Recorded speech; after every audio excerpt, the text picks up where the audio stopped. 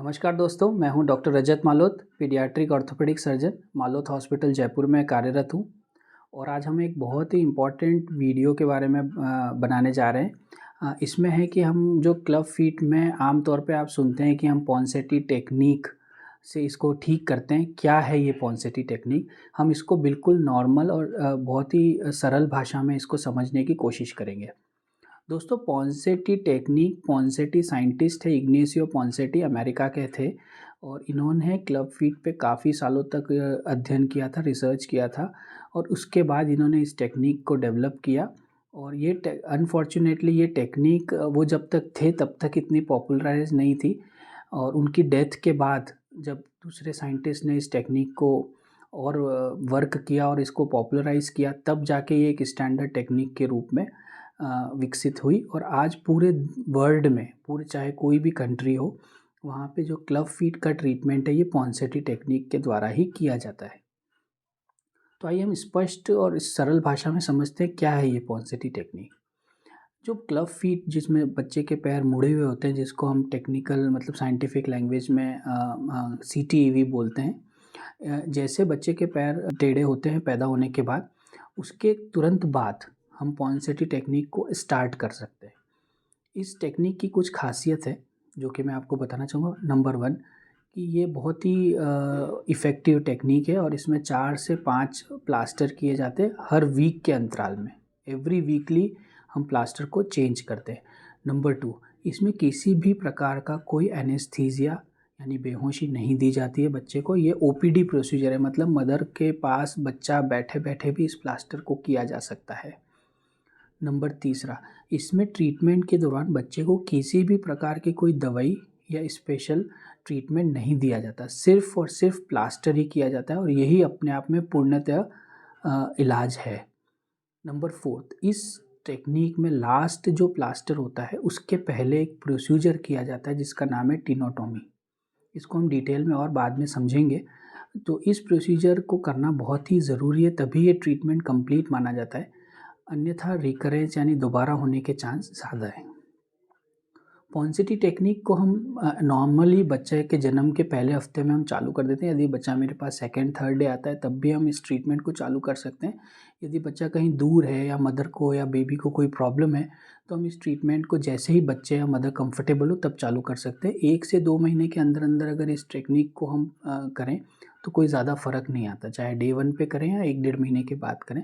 पर मेरा एक्सपीरियंस ऐसा है कि जितना जल्दी हम इस पॉन्सेटी टेक्निक को अप्लाई करेंगे उतने अच्छे रिजल्ट्स और उतना फास्ट करेक्शन है। तो इस चीज़ पे आप ध्यान रखिएगा कि नॉर्मली कई बार ये मिथ रहता है कि बच्चा बहुत छोटा है तो उसके प्लास्टर से उसको कोई कॉम्प्लिकेशन हो जाएगा, ऐसा बिल्कुल भी नहीं है। अगर एक्सपर्ट प्लास्टर लगाता है तो हम इसमें डे 1 डे 2 पे भी पॉन्सेटी टेक्निक को चालू कर सकते हैं। क्या करते हैं इसमें?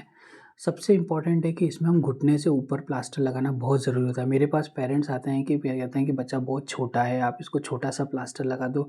ऐसा बिल्कुल नहीं होता, इसमें स्टैंडर्ड टेक्नीक है और इसमें जो सारे प्लास्टर हैं वो घुटने के ऊपर लगाए जाते हैं, तभी इस प्लास्टर्स की इफ़ेक्टिवनेस होती है।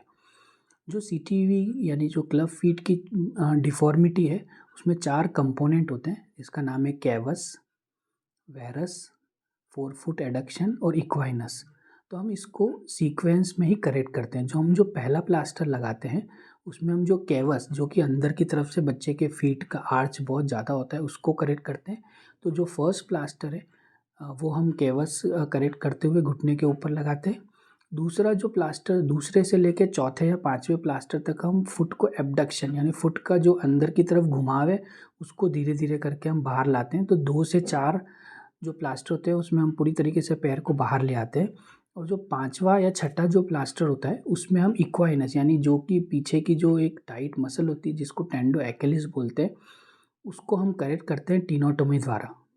अब ये जो टीनोटोमी है इसको हम 2 तरीके से कर सकते हैं। बच्चा यदि बहुत ही चबी है, बहुत वेट ज़्यादा है उसका, या फिर बच्चे बहुत ही अनकोऑपरेटिव है, बहुत ज़्यादा रोता है, तो उस केस में हम इसको शॉर्ट एनेस्थीसिया में भी कर सकते हैं या फिर हम इसको लोकल एनेस्थीसिया में भी कर सकते हैं। यदि बच्चे का वेट बहुत ज़्यादा नहीं है और उसका जो टेंडो एक्किलिस टाइट मसल है वो अच्छे से फील हो रही है तो हम लोकल एनेस्थीसिया में भी कर सकते हैं। इस टीनोटोमी को करने के बाद हम 2 से 3 हफ्ते का एक फाइनल प्लास्टर देते हैं फुल करेक्टेड पोजीशन में। उसके बाद जब ये टिनोटमी के बाद हम प्लास्टर खोलते हैं तो फुट इस टेक्निक के द्वारा पूर्णतः ठीक हुआ होता है और इसके बाद हम इसको मेंटेन करने के लिए फुट एब्डक्शन ब्रेस, जो कि डेनिस ब्राउन स्प्लिंट या फिर स्टीनबेक्स ब्रेस के नाम से आता है, मार्केट में अवेलेबल है, वो हम देते हैं और ये मेंटेनेंस फेज़ फिर यहाँ से चालू हो जाता है। सो दोस्तों, पॉन्सेटी टेक्निक में जो हमारा अभी तक एक्सपीरियंस है 1000 से ज़्यादा बच्चों का, वो ये रहा है कि ये टेक्निक 90% केसेस में बहुत ही ज़्यादा इफ़ेक्टिव है। कई बहुत ही कम केसेस जो कि न्यूरोजेनिक या फिर कोई और इश्यूज़ होते हैं, उन केसेस में हमें सर्जरी का सहायता लेनी पड़ती है। अदरवाइज़ केवल पॉन्सेटी टेक्निक से हम काफ़ी अच्छे रिज़ल्ट्स पा सकते हैं। लेकिन इसमें इम्पॉर्टेंट ये है कि पॉन्सेटी टेक्निक तब तक सक्सेसफुल है जब इसका मेंटेनेंस पार्ट, यानी जो शू वाला पार्ट अगर आप अच्छे से फॉलो करेंगे, तब इस टेक्निक के रिज़ल्ट्स बहुत अच्छे हैं। कई बार हमने देखा है कि पेरेंट्स पैर ठीक होने के बाद नेग्लिजेंट हो जाते हैं, थोड़ा-सा लेज़ी हो जाते हैं, शूज़ नहीं पहनाते हैं बच्चे को, या फिर कई बार ये सोचते हैं कि ये तो ठीक ही हो गया, अब क्यों फालतू में शूज़ पहना रहे हैं। कई बार हमने देखा 1.5-2 साल पे भी रिकरेंस होता है। शूज़ अगर आपने छोड़ दिए हैं तो धीरे-धीरे करके वो वापस से उसी पोज़ीशन में आ जाते हैं और फिर हमें या तो रिकास्टिंग या फिर सर्जरी का ऑप्शन लेना पड़ता है। सो पॉन्सेटी टेक्निक के की सक्सेस के साथ-साथ आपका जो शू पार्ट है, अगर वो प्रॉपरली अगर आप पहनाएँगे तो फिर बच्चे को काफ़ी अच्छे रिज़ल्ट्स आते हैं। सो नटशेल में मैं आपको पॉन्सेटी टेक्निक में यही बताना चाहूँगा कि किसी भी प्रकार का कोई एनेस्थीसिया या मेडिसिन के बिना हम 5 से 6 प्लास्टर करते हैं। हर बार उसको धीरे-धीरे करके करेक्ट करते हैं। वीकली इसको चेंज करना होता है और टिनोटमी इसमें बहुत ही इम्पोर्टेंट रोल प्ले करती है। तो दोस्तों, यदि आपके बच्चे को क्लब फीट है या आपका कहीं ट्रीटमेंट चल रहा है और आपको लग रहा है कि आप सैटिस्फाइड नहीं हैं या बच्चे के पैर ठीक नहीं हो पा रहे हैं, तो आप हमारे से कॉन्टैक्ट कर सकते हैं। हमारा मालोथ हॉस्पिटल है जयपुर में। हम स्पेशलाइज़्ड क्लब फीट केयर देते हैं, जहाँ पे हम एक ही रूफ़ में हम उसका ट्रीटमेंट से लेके उसके शूज़ वगैरह सब यहीं पे प्रोवाइड करते हैं और हमारे जो बच्चे हैं उनके रिज़ल्ट्स काफ़ी अच्छे हुए हैं और काफ़ी अच्छे से वो अब सारी एक्टिविटीज़ कर सकते हैं। तो आप मुझसे कॉन्टैक्ट कर सकते हैं यदि आपको लगता है कि आप अपने बच्चे के क्लब फीट का इलाज अगर आप करवाना चाहते हैं या फिर संतुष्ट नहीं हैं, तो आप मुझसे मिल सकते हैं।